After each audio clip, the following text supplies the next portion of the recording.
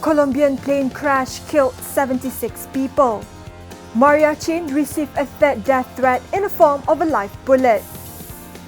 Hi, I'm Suhaila Saifuddin and you're watching Cuppa News.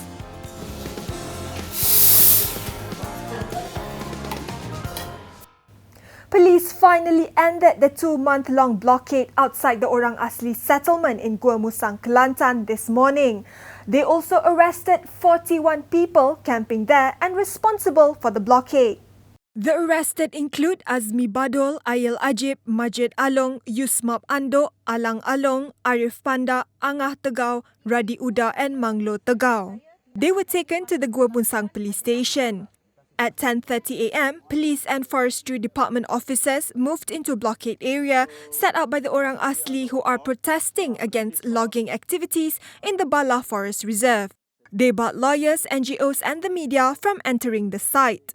The Orang Asli community said they would not take any violent stance against the authorities as they had started the blockade peacefully and would end it peacefully as well.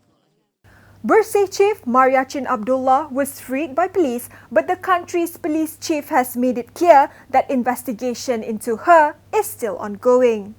Inspector General of Police Tan Sri Khalid Abu Bakar said police had gathered sufficient information and therefore they released Maria yesterday. Maria, who was behind Bersih rallies calling for fair and clean election, was detained on November 18th under the Security Offences Special Measures Act to allow the police to have time to investigate her. Kita mengambil keputusan untuk membebaskannya semalam. Ya. Tetapi siasatan itu masih berjalan. Bukan seperti mana yang Maria cakap bahawa polis tidak lagi menyiasat, itu tidak benar. Woman Empower ini adalah pejabat lama Mariachin. Ya, dan kita daripada apa yang kita maklumat yang kita kesan dan rekod-rekod yang kita kaji, Women Empower juga menerima dana daripada luar termasuk dari OSF. Ya. Jadi adalah proses siasatan kita untuk mendapatkan apa juga dokumen barang-barang bukti dari pejabat Women Empower. He said they would present the investigation papers to the Attorney General's chambers in 1 month's time. We are investigating her under APA as well. So that is definite for kesalahan-kesalahan di bawah APA yang beliau telah lakukan. Itu sudah tentu. Dan kita tengoklah, kalau perlu kita tangkap, kita tangkap. Bersih Chief Mariachin Abdullah said there is no reason for the police to arrest her for the second time as the November 19th Bersih 5 rally went on without untoward incidents. Yeah. Can you comment on IGP today? IGP said second arrest. I wouldn't discount that because it's actually under the PAA, so we will see. But I think that is a threat. They have to actually give us reason. What's the reason for arresting under the Peaceful Assembly Act when everything went peacefully? And it's not that we did not give notice. We gave notice way before the 10 days. In another revelation, she said she received a live bullet this morning, the third death threat she had experienced so far. There is also a letter that reads, "Last warning, if not, rest in peace," and she will lodge a police report on the matter. Meanwhile, Minister in the Prime Minister's Department, Datuk Paul Lau, said consultations on the proposed Political Donations and Expenditure Act would be completed by the end of the year. He said the act would be a major law to govern political parties in future and therefore the government would need to garner the political leaders' support before tabling it in Parliament. He also said that the Cabinet had already discussed the draft bill. Enter the war mode. That's the message UMNO's top leadership got from a meeting with the party president at the start of UMNO General Assembly today. The UMNO Supreme Council members met with Datuk Seri Najib Tun Razak, who sounded the war horn and called on the party leaders and grassroots to mobilise in preparation for the next general election expected to be next year. Datuk Raja Nong Cik Zainal Abidin said Najib had told them to up the ante in convincing the people that Barisan Nasional was still the most relevant party to lead the country. Puteri UMNO Exco member Datuk Nur Sabarina Muhammad Nur said Najib, who is also the Prime Minister, told them that the next election should see BN win more or less 134 parliamentary seats. Datuk Sri Azalina Osman Said viewed Najib's remarks as a mental and physical preparation for the party members.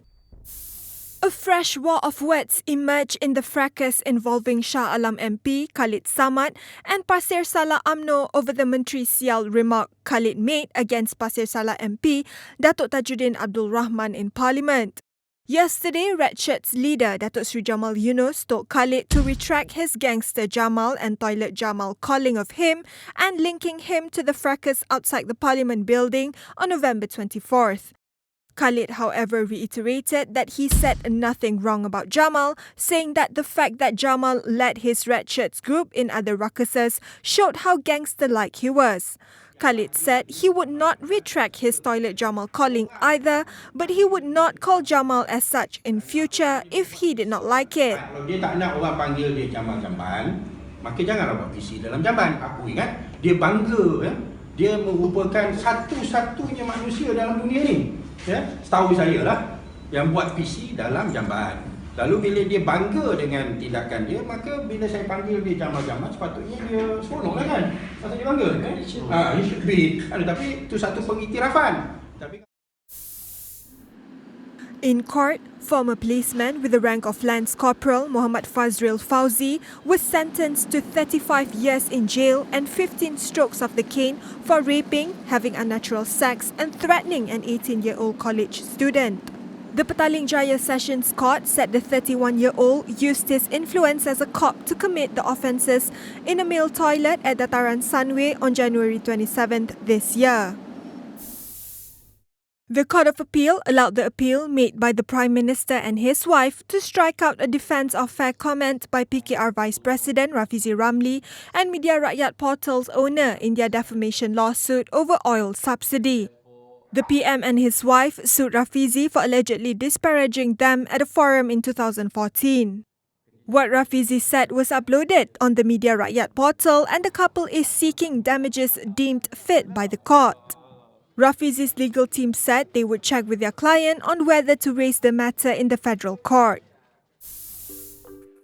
The Selangor government will bear the full cost of 5 million ringgit for repair works in Taman Idaman Serendah, which was hit by a major landslide on November 26. Selangor Menteri Besar Datuk Seri Muhammad Azmin Ali said upon completion of slope, road and utilities restoration works in the area, the Public Works Department would bill the state government. He said the department would also conduct forensic investigation on houses in the area to ensure that they are safe for occupation. The department is still determining the exact source of underground water which caused the landslide.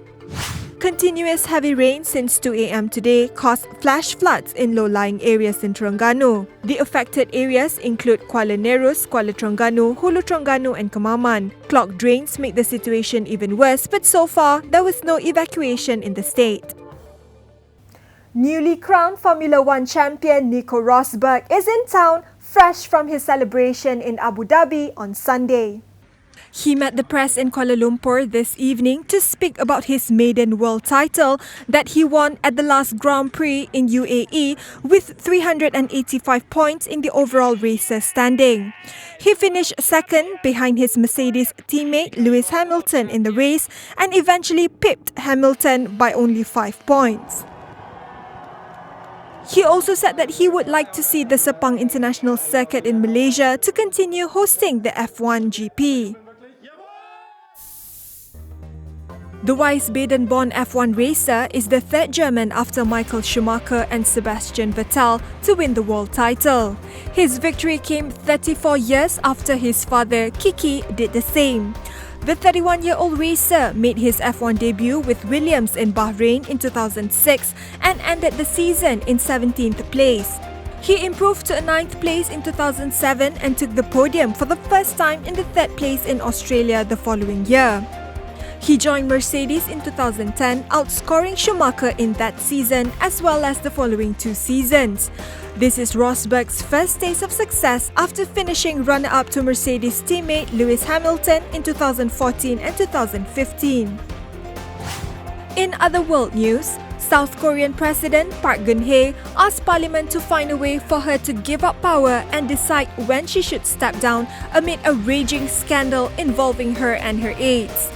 여야 정치권이 논의하여 국정의 혼란과 공백을 최소화하고 안정되게 정권을 이양할 수 있는 방안을 만들어 주시면 그 일정과 법 절차에 따라 대통령 측에서 물러나겠습니다. The 64-year-old politician had previously apologized twice, but until now resisted mounting calls by the Korean public to step down. Lawmakers are ready to initiate impeachment proceedings against her. Colombian police confirmed that 76 people were killed when a plane crashed outside Medellin. In the 10:15 p.m. incident, the football players and coaching staff of Brazil's Chapecoense team and journalists were among the total of 81 on board the aircraft who perished. The team was on its way to Colombia to play in the first leg of the Copa Sudamericana final against Atlético Nacional. The plane, which had traveled from Santa Cruz, Bolivia, veered off course before crashing into a hillside near La Union town. That's all from the Cuppa News team. Good night.